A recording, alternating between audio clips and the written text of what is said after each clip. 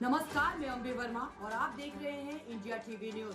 तो चलिए आगे बढ़ते हैं कुछ खास खबरों की ओर। लोकसभा इलेक्शन 2024 के एग्जिट पोल पर कांग्रेस नेता जयराम रमेश ने कहा, निवर्तमान प्रधानमंत्री जिस व्यक्ति को 4 जून को निश्चित रूप से जाना होगा, उसने इन सभी चीजों की साजिश रची है और एग्जिट पोल को मैनेज किया है। एग्जिट पोल और 4 जून के नतीजों में बहुत बड़ा अंतर होगा। भारत गठबंधन की कल एक बैठक हुई है। हमने संख्याओं पर विस्तार से चर्चा की है। ये असंभव है कि भारत गठबंधन को 295 से नीचे कुछ भी मिलेगा। निवर्तमान प्रधानमंत्री ने पहले ही ट्वीट तैयार करके रखा होगा, क्योंकि जिस व्यक्ति का 4 जून को जाना अभी तय हो गया है, उन्होंने ही ये सब साजिश रचाई है, ये एग्जिट पोल मैनेज किया है। और ये जो आंकड़े हैं और जो वास्तविक परिणाम आने वाले हैं 4 तारीख को, ये ज़मीन आसमान का फ़र्क होगा। ये सब एक मनोवैज्ञानिक खेल है हमारा हौसला कमज़ोर करने के लिए। पर इंडिया जनबंधन को मैं कहता हूँ, विश्वास के साथ कह सकता हूँ। और कल सारी पार्टियों की बैठक भी हुई और वहाँ आंकड़े पर विश्लेषण हुआ। 295 सीटों के कम इंडिया जनबंधन को आना बिल्कुल असंभव है। यानी कि हमें 200 मिनिमम, न्यूनतम तरीके से हमें 295 सीटें मिलेंगी। और ये एग्जिट पोल पर विश्वास रखना मैं समझता हूँ बिल्कुल गलत है। ये सब कठपुतलियाँ हैं और कठपुतली के मास्टर जो बैठे हैं, इन्होंने ये सब करवाया है। अरे निवर्तमान गृह मंत्री 150 डीएम और कलेक्टर से बात करते हैं, ये क्या गैर संवैधानिक नहीं है? एक दिन पहले, 2 दिन पहले, चुनाव के नतीजे आने के 2 दिन पहले निवर्तमान गृह मंत्री सारे 150 डीएम और कलेक्टर से बात करते हैं। क्यों इन्होंने बात की? तो ये सब दबाव लगा रहे हैं, एक माहौल पैदा कर रहे हैं कि हम आने वाले हैं, हम आने वाले हैं, हम आने वाले हैं। पर हकीकत यह है कि वो जाने वाले हैं, जाने वाले हैं, जाने वाले हैं। 295 का सब जो आंकड़ा दे रहे हैं आप लोगों ने ये क्या पूरी सारी पार्टियों ने मिलकर कंसोलिडेट करके बनाया है इसका? सारे पार्टियों, सारे नेताओं ने राज्यवार सीटों का विश्लेषण किया। अरे एग्जिट पोल में देखिए ना, कुछ ऐसे राज्य हैं जिनका 4 सीट है, कुल मात्र 4 सीट है और वहां 6 सीट दिखा रहे हैं एनडीए को।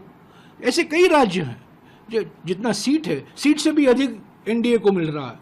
तो और हम आज चुनाव आयोग को भी जा रहे हैं। पोस्टल बैलेट को लेकर एक विवाद खड़ा हो गया है, क्योंकि जो नियम के अनुसार पोस्टल बैलेट की गिनती होनी चाहिए, वो हमें गुंजाइश नहीं दिखती कि वो होगी। तो हम चुनाव आयोग को भी शिकायत करेंगे।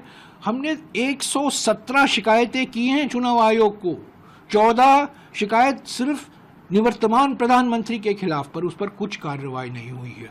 पर मैं ये कहूँगा, आज 2 तारीख है, 4 तारीख को जब परिणाम निकलेंगे, एग्जिट पोलों का पूरा बदनाम होगा।